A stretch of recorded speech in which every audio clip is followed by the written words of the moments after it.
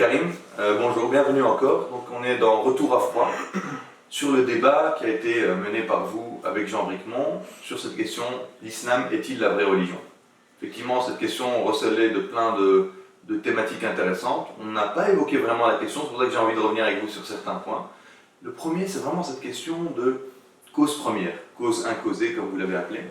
Moi, j'ai envie de supposer qu'un athée y arrive, il se dit, bon, pourquoi pas, ou bien même, il y a un Dieu créateur ou cause de toute chose, mais comment passer, faire le chemin jusqu'aux religions, jusqu'aux croyances qui nécessitent beaucoup plus de choses, c'est-à-dire une prophétie, croire en une révélation, un texte écrit, sacré, c'est-à-dire avec la raison, est-ce qu'on peut y parvenir, ou c'est purement de la foi et de l'intuition? D'accord, je te remercie pour la parole. Alors, si on part de ton postulat que tu viens d'émettre, eh bien c'est très simple. Ça veut dire que l'athée est devenu, on va dire, quasiment déiste. Il est passé par une phase agnostique, c'est-à-dire qu'il entrevoit la possibilité de croire en Dieu, mais tu me dis, allons même plus loin, admettons qu'il y ait un créateur. Donc là, on est dans la position des déistes. Donc, à partir de ce moment-là, il faut se poser la question, en fait, de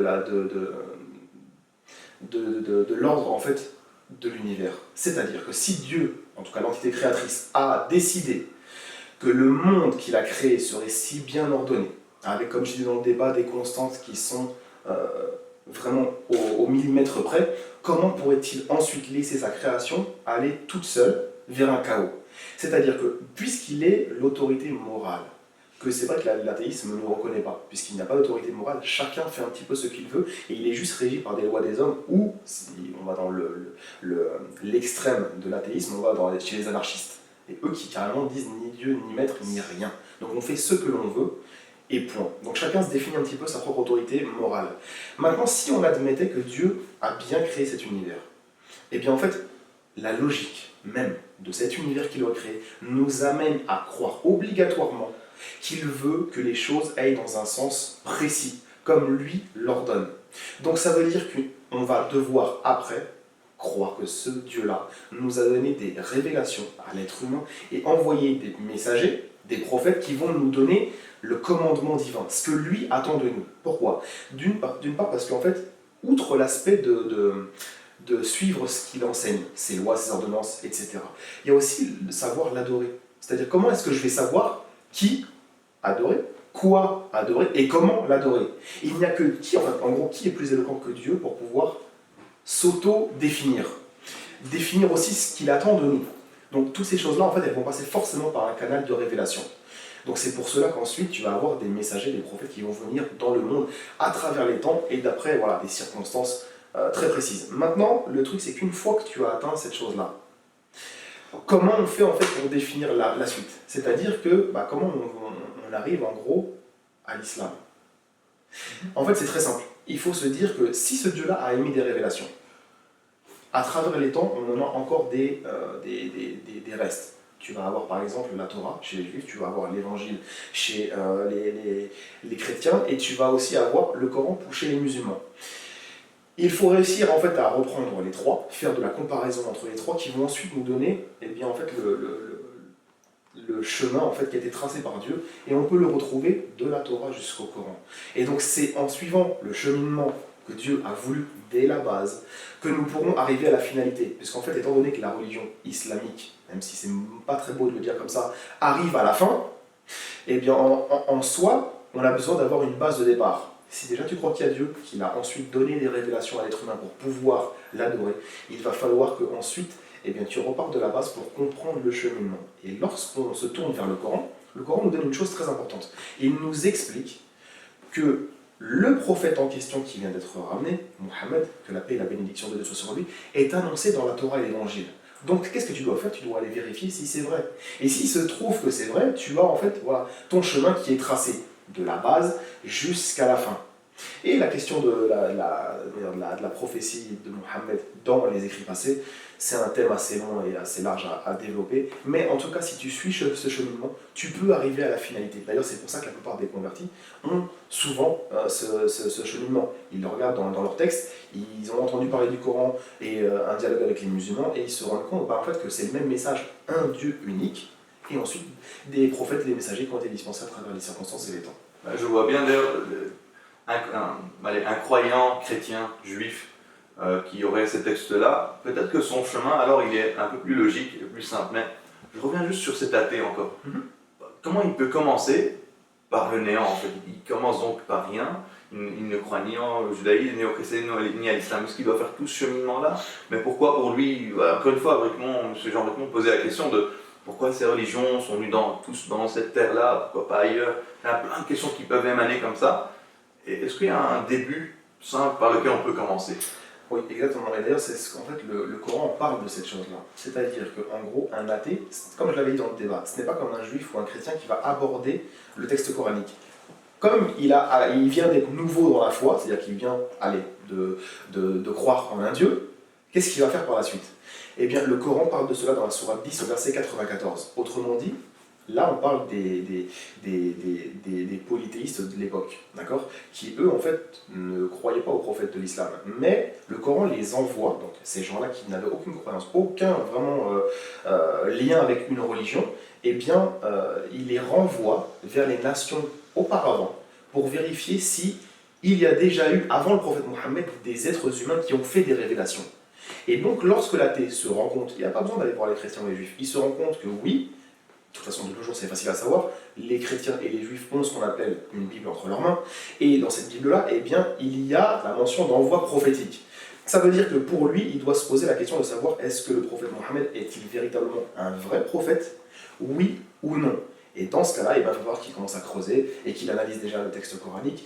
Mais ça va être très compliqué pour lui, pourquoi? Parce qu'il n'a pas l'habitude. Donc il va se retrouver devant un monde avec des prophètes, des nations qui sont passées, avec des messagers qui sont passés, des lois, etc. d'autres fois. Comment est-ce qu'il va faire? Eh bien le mieux c'est qu'il se pose et qu'il réfléchisse déjà s'il a cru qu'il y avait Dieu. Ensuite c'est de croire à l'un des messages qui étaient donnés. Nous, on va l'orienter vers l'islam. Pourquoi? Parce qu'on part de la base que, comme le Coran nous l'a dit, il y a la mention prophétique dans les écrits anciens. Il suffit qu'il aille voir dans les écrits anciens s'il a envie de le faire, pour voir si c'est vrai. Sinon, il reste sur le Coran et il se débrouillera tout seul, puisque s'il réfléchit un tout petit peu, dans un débat par exemple avec un musulman, et ben, ce qui l'a amené à croire en Dieu, si il réussit à croire en Dieu, c'est le dialogue qu'il a eu avec moi. Donc il faut qu'il creuse ensuite avec moi, s'il a la possibilité, de savoir si ce prophète il a bien les caractéristiques qui sont mentionnées dans le Coran, dans les livres anciens. C'est très clair. Alors, je repose une question que j'avais déjà posée dans le débat. Donc, c'est une supposition, voilà, Dieu m'a créé, je prends un Dieu suprême, mais qui m'a donné ce cerveau, un cerveau avec lequel je raisonne. Et je pense que même dans le Coran, enfin, je sais que c'est très, on est poussé à la réflexion, enfin, des choses pour vraiment méditer sur la création, sur ces signes complexes, donc finalement de la physique aujourd'hui, mais ça peut être de la biologie ou je ne sais quoi. Alors, un cerveau qui réfléchit beaucoup comme ça, peut-être qu'il va arriver à des doutes quant aux religions, c'est-à-dire qu'il va trouver des invraisemblances, comme certains ont l'air de dire. Et alors, si lui, vraiment, sincèrement, il n'arrive pas à avoir une quiétude avec cette religion-là, ou avec des religions, est-ce qu'il risque d'en faire pour l'éternité, si je veux simplifier, ou comment ça se passe concrètement, d'avoir ces personnes qui n'arrivent pas à trouver leur voie? Comme je l'avais dit dans le débat, en fait, j'avais dit que c'était une impossibilité. Et j'avais expliqué pourquoi c'est une impossibilité, c'est très simple. C'est parce qu'en fait, justement, la question à poser, c'est est-ce que c'est pas toi qui te perds à force de trop réfléchir? En fait, en gros, comme il dit, Jean l'a même dit lui-même dans le débat, en fait, ces équations, pour lui, c'est tout. Donc en fait, à force qu'il se perd dans ce monde-là, il oublie en fait l'aspect le plus important. C'est que tes équations, c'est une seconde vérité. C'est-à-dire qu'elle peut être aujourd'hui vraie, puis demain fausse, et puis fausse demain, enfin hier, et puis vraie aujourd'hui. En gros, le problème, c'est de définir ce qu'était la vérité. Et tu es obligé d'y parvenir si les esprits, si les esprits les plus simples du monde y arrivent, toi qui as un cerveau énorme, façon de parler, tu es obligé d'y arriver. Sinon, c'est qu'il y a un problème. Et on le voit dans le débat. Le Jean a réellement un problème avec la religion en tant que telle. Il est prêt. En fait, il avait mentionné le fait que Dieu serait injuste parce qu'il m'a prédestiné à être en enfer, et ensuite c'est l'enfer éternel. Mais le problème, c'est que si on regarde sa façon de se comporter vis-à-vis de Dieu, mais c'est ce qui est mérité. Pourquoi? Parce que malgré que Dieu lui donne une intelligence assez grande, malgré qu'il voit les preuves qui sont devant lui, qu'il ne sait pas les expliquer, parce qu'il le dit lui-même, je ne sais pas. Eh bien, le fait que tu dises que je ne sais pas, et surtout que tu mènes une guerre intellectuelle contre Dieu, parce que concrètement c'est ce qu'il fait des conférences, il fait des meetings ou des débats pour montrer que la religion, c'est n'importe quoi. Donc tu viens combattre l'idée même de Dieu. Qu'est-ce que tu veux qu'ensuite il t'arrive si réellement c'est la réalité? Si une personne, vraiment par confusion, voit vraiment d'un point de vue qui peut être compréhensible, parce que quand on voit l'histoire un petit peu, à première vue en tout cas, on comprend que on regarde quoi, les religions, des guerres atroces qui se passent toujours entre telle secte ou telle religion, des groupes dans la religion. Et lui, par exemple, peut-être qu'il voit, voilà, sur des milliers d'années, les religions n'ont apporté, d'après lui, que ça. Alors, je dois combattre cette idéologie. Peut-être qu'il le fait de manière sincère, je ne sais pas, hein, je me mets vraiment à la place de quelqu'un qui n'est pas là pour combattre Dieu par principe, mais pour combattre une idéologie qui juge fascisante, ou je ne sais pas. En fait, le problème, c'est la façon d'appréhender la chose. Le fait, par exemple, que tu m'as mentionné les guerres. Mais comme je l'avais dit dans le débat aussi, en fait, je pense avoir déjà dit la plupart des choses dans le débat. C'est quoi? C'est que, en gros, l'athéisme du siècle passé et de notre siècle a fait plus de morts que toutes les religions confondues sur la Terre. Donc en fait, le problème, il n'est pas dans la question de voir que la religion, en gros, eh bien, elle fait des morts ou des guerres, etc.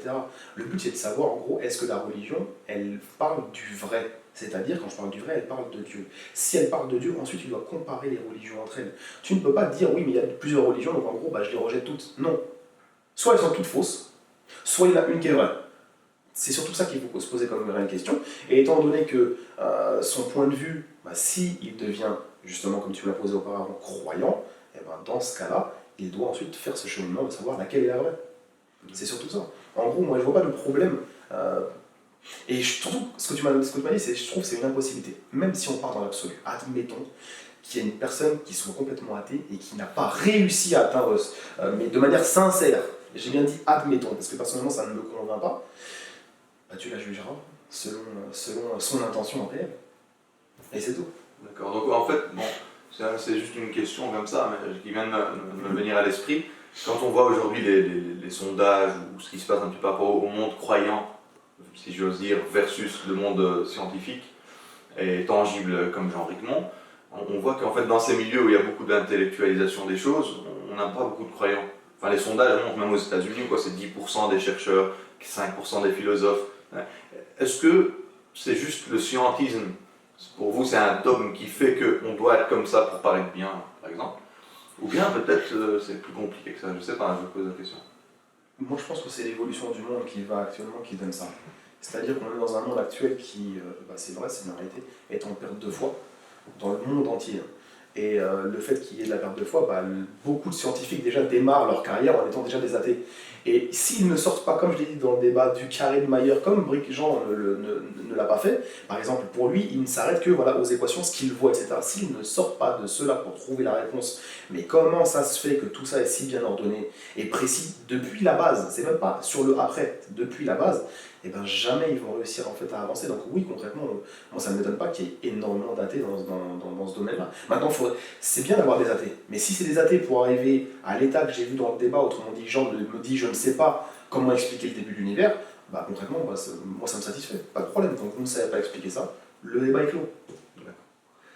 Sinon, pour vraiment, on passe à autre chose, Jean Bricmont évoquait qu'à un moment donné, brièvement, que le monde chrétien a réussi à faire leur révolution quant à leur manière d'aborder ces textes sacrés, c'est-à-dire des interprétations des textes divins pour éviter vraiment des scissions de plus en plus protestants, catholiques, etc. Est-ce que vous pensez que pour le monde musulman, il y a une possibilité de faire ce genre de choses? Vous savez, il y a énormément d'écoles d'interprétation, et surtout aujourd'hui, qui carrément sont dans un rapport de guerre ou de conflit.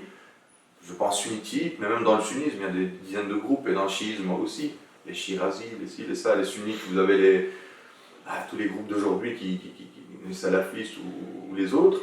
Alors, est-ce que vous pensez qu'il y a une possibilité de rendre commune une manière d'aborder les textes religieux? Est-ce que pour vous, par exemple, c'est une révélation divine, c'est la parole de Dieu, c'est une création, comme les Mu'tazila disaient jadis? Voilà. La révélation en tant que telle, pour moi, elle est une et unique. Ça veut dire que Dieu a décidé à un moment donné de faire une révélation. Quand cette révélation-là, elle arrive parmi nous, comment est-ce qu'on la réceptionne? Il ne faut pas oublier une chose, c'est qu'il est tout à fait normal que les gens divergent sur les interprétations d'un verset, par exemple. Pourquoi? Parce que c'est comme si tu prends un objet, tu prends un livre, si tu le mets devant toi. Si je mets un livre comme ça devant toi, Et s'il y a une autre personne qui est ici, quand on va regarder ensemble l'objet, pour toi, quel angle sera le plus long? Est-ce que ce sera l'horizontale ou est-ce que ce sera la verticale? De ton point de vue à toi, où tu es posé, eh bien ce sera le vertical. La personne qui est de l'autre côté, eh bien elle aura plutôt l'horizontale qui sera le plus long. Pourtant, vous regardez tous les deux le même objet. Donc ça veut dire que selon le plan de vue, selon la vision et le paradigme, tu peux arriver à des conclusions qui sont différentes. Ça, en tant que tel, il n'y a pas de problème. Après, c'est si ça engendre des dérives. C'est là où ça peut poser des soucis. Mais le problème, c'est que ça ne concerne que l'être humain en tant que tel. Comme j'avais dit dans le débat, c'est ça parce que Dieu va donner une chose et que les humains vont interpréter différemment que la vérité, elle, ne reste pas. Donc après, voilà, il faut définir quel groupe ou autre va détenir la meilleure interprétation de la chose. Révolution vis-à-vis de l'interprétation, il n'y a aucun problème. À travers les temps, chaque siècle, il y avait des exégèses qui étaient différentes. Donc on peut toujours remanier l'interprétation, voir si on s'est trompé, ça reste du domaine humain. L'exégèse, l'étude de la science, des traditions prophétiques, etc. ne sont que des domaines humains. Donc on peut toujours les revivifier et les revérifier, il n'y a aucun problème par rapport à cette chose-là. D'accord. Pour revenir juste, voilà, une dernière question pour finir. Quel est votre ressenti du débat? Est-ce que vous avez des choses à rajouter?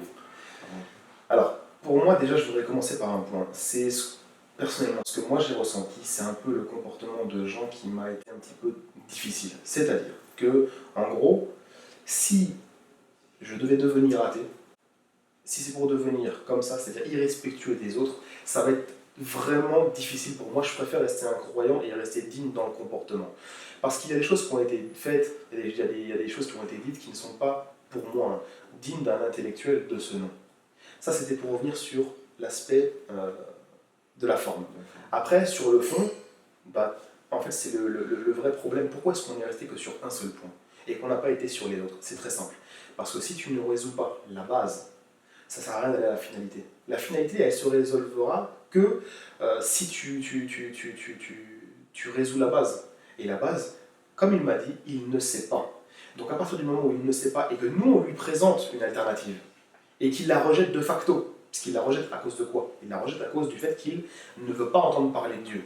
Donc s'il la rejette ainsi, eh ben, en fait, il n'a pas d'alternative pour pouvoir, en gros, expliquer le début de l'univers et ce qui s'est passé. Alors que nous, on a cette explication. Un Dieu tout-puissant qui a décidé de faire l'univers afin qu'ensuite il y ait l'homme qui apparaisse et qui, en fait, la création dépend en fait de ce qu'on appelle nous le jour du jugement dernier où il y aura les comptes, le paradis, l'enfer, etc. Donc on apporte une alternative. Après, si eux ne veulent pas y croire, ils auront perdu la vie à essayer de combattre cette pensée, pas eux-mêmes de réponse à donner. Je vois très bien. Donc un mot de la fin. J'ai apprécié en tout cas grandement l'invitation, le débat. C'est quelque chose qui devrait se faire plus souvent, l'échange des idées, la confrontation, il n'y a pas de problème, on peut ne pas être d'accord, ça ne sert à rien, ça. C'est tout à fait humain. Mais en tout cas, le fait d'avoir organisé pour moi, à ma connaissance, le premier débat athée musulman de cette manière-là, eh ben, je pense que c'est une très bonne chose et on espère qu'il y en aura d'autres dans l'avenir si Dieu le permet. C'est avec plaisir. En tout cas, merci beaucoup Karim pour ta présence, ton ouverture d'esprit et puis en espérant te revoir certainement dans d'autres situations et débats peut-être. Merci beaucoup.